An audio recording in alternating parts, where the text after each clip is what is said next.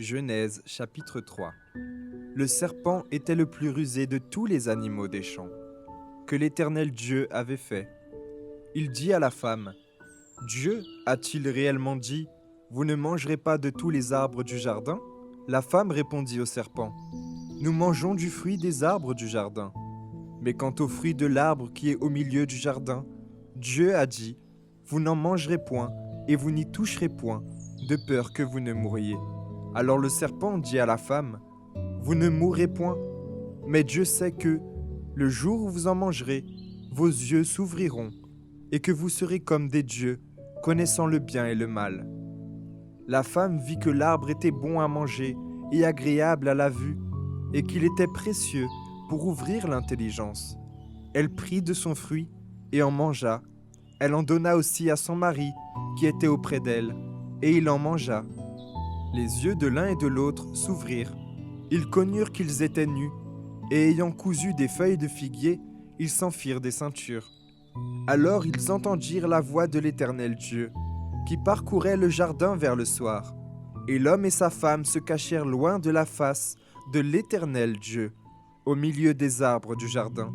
Mais l'Éternel Dieu appela l'homme et lui dit, « Où es-tu » Il répondit, « J'ai entendu ta voix dans le jardin, et j'ai eu peur, parce que je suis nu et je me suis caché. » Et l'Éternel Dieu dit, « Qui t'a appris que tu es nu? Est-ce que tu as mangé de l'arbre dont je t'avais défendu de manger ?»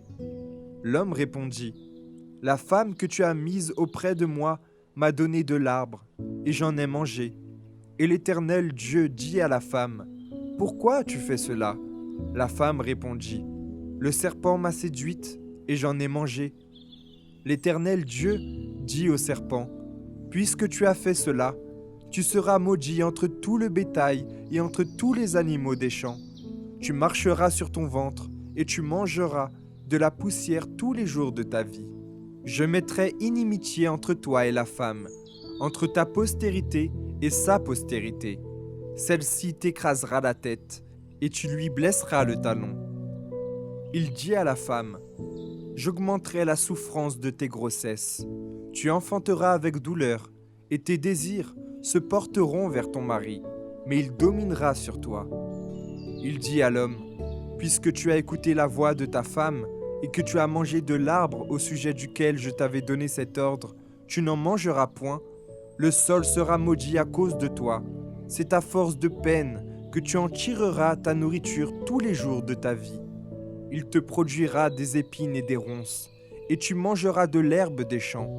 C'est à la sueur de ton visage que tu mangeras du pain, jusqu'à ce que tu retournes dans la terre, d'où tu as été pris, car tu es poussière, et tu retourneras dans la poussière. » Adam donna à sa femme le nom d'Ève, car elle a été la mère de tous les vivants.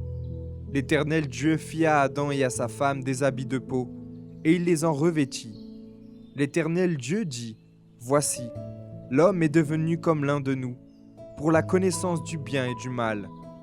Empêchons-le maintenant d'avancer sa main, de prendre de l'arbre de vie, d'en manger et de vivre éternellement. » Et l'Éternel Dieu le chassa du jardin d'Éden, pour qu'il cultivât la terre d'où il avait été pris.